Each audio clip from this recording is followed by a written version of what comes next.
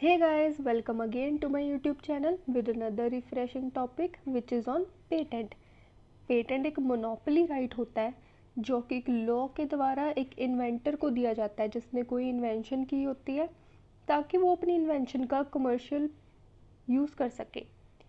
उस इन्वेंशन की 3 करेक्टरिस्टिक्स होनी चाहिए। सबसे पहले वो न्यू होनी चाहिए, कभी भी वो पहले पब्लिक ना हुई हो कहीं पे भी, या फिर वैसी कोई इन्वेंशन पहले ना की गई हो किसी भी इन्वेंटर के द्वारा। यूज़फुल होनी चाहिए और नॉन ऑब्वियस होनी चाहिए। नॉन ऑब्वियस का मतलब कि ऑब्वियसली हम कहते हैं ना, जैसे किसी चीज़ को ऑब्वियसली ये तो हो ही सकता है, वैसी इन्वेंशन नहीं होनी चाहिए। पेटेंट एक स्टेट देता है to the inventor. Patent is a right granted by the government for a fixed period of time. About 20 years के लिए पेटेंट ग्रांट किया जाता है, उसके बाद पेटेंट एक्सपायर हो जाता है। अगर इन्वेंटर उस पेटेंट को रीन्यू ना करवाए तो वो इन्वेंशन पब्लिक डोमेन में चली जाती है, वो कोई भी उसे यूज़ कर सकता है। A system of patent serves many useful purposes if patent is commercially utilized. The patent ensures rewards in terms of money.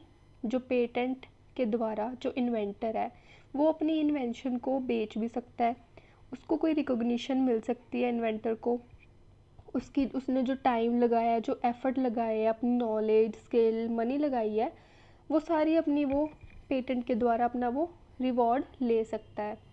Objective क्या होते हैं पेटेंट के कि रिसर्च और इनोवेशन को इनकरेज किया जाए। इन्वेंटर है जो वो अपनी इंफॉर्मेशन डिस्क्लोज करता है कि instead of keeping it secret कि उसने इन्वेंशन कैसे की। To give award for expenses incurred, to provide inducement to the invest. अब पेटेंट किसी चीज़ के ऊपर पेटेंट लेने के लिए, उसके ऊपर अपना राइट लेने के लिए ताकि और कोई उसे ना यूज़ कर सके, उसके लिए क्या क्राइटेरिया होता है, क्या कंडीशंस होती है ऐसी। ये सारी कंडीशंस पेटेंट अमेंडमेंट एक्ट 2005 के अंडर सारी दी गई थी। सबसे पहले नोवेल्टी। नोवेल्टी मतलब न्यूनेस। पेटेंट की जो पेटेंट के लिए जो इन्वेंशन है वो न्यू होनी चाहिए, कभी भी वो पहले पब्लिक में डिस्क्लोज ना हुई हो जब day from the date of filing the patent application, इससे पहले वो कभी ना डिस्क्लोज हुई हो जब हमने पेटेंट की एप्लीकेशन देनी है। Non obviousness, an invention must involve an inventive step, meaning it should not be obvious to the person skilled in the relevant field of technology. Inventive step होना चाहिए इन्वेंशन में।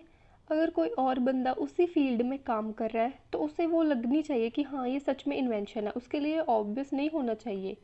If a person with ordinary expertise in the field could have easily developed the invention based on the existing technology, it lacks an inventive step. अगर existing technology से कोई दूसरा बंदा easily उस invention को डेवलप कर पा रहा है, मतलब उस इन्वेंशन में कोई इन्वेंटिव स्टेप है ही नहीं, तो उसे वो पेटेंट नहीं हो सकती वो चीज़।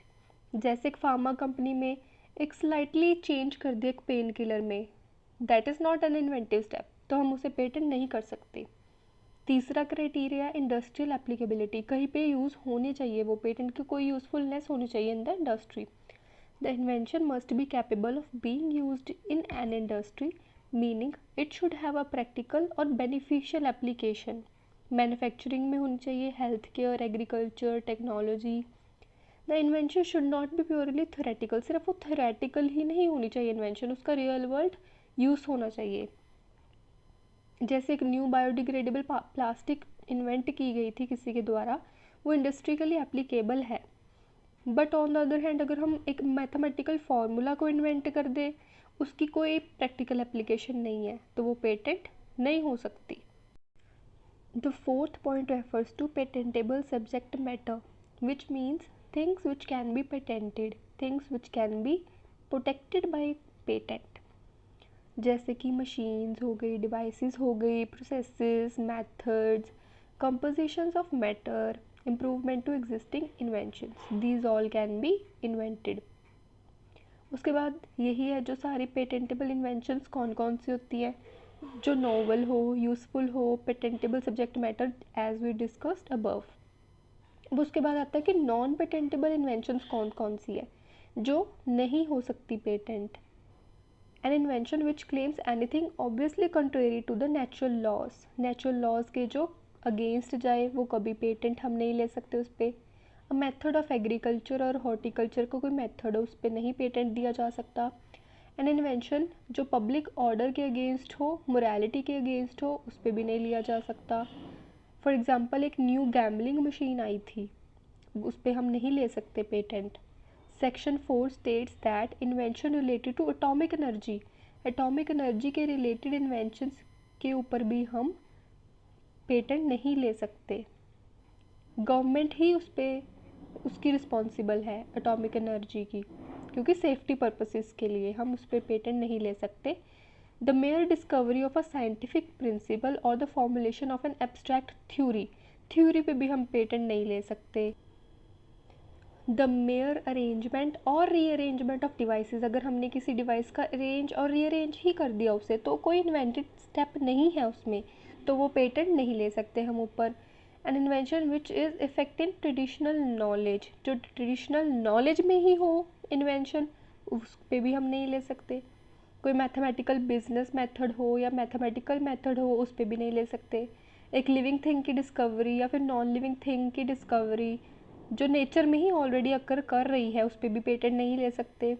अ substances obtained by mere mixture of the components or a process of producing such mixture, any process for the medicinal, surgical, curative, prophylactic, diagnostic या थेरापेटिक, उस पर भी हम ट्रीटमेंट के ऊपर पेटेंट नहीं ले सकते।